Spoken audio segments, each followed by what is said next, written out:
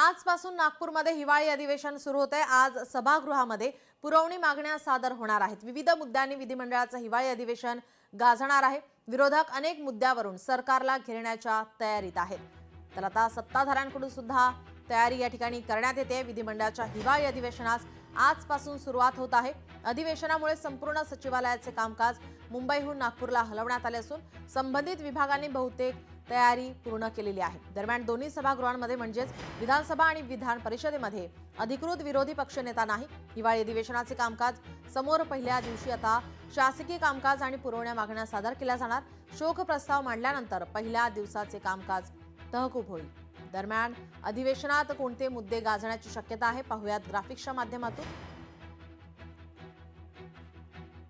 OBC आरक्षण, अतिवृष्टीमुळे अडचणीत आलेल्या शेतकऱ्यांचा मुद्दा, शेतकरी मदतीपासून अद्यापही वंचित आहे।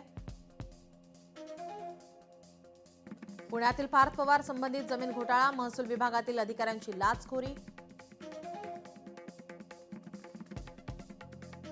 नाशिकच्या तपोवनातील वृक्षतोडीचा मुद्दा गाजणार, महिलांवरील वाढते अत्याचार, गौरी गर्जे प्रकरण।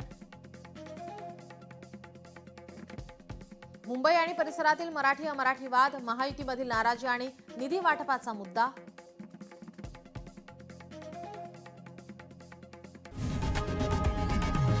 लोकशाही मराठी ऐका, पहा, जागरूक रहा।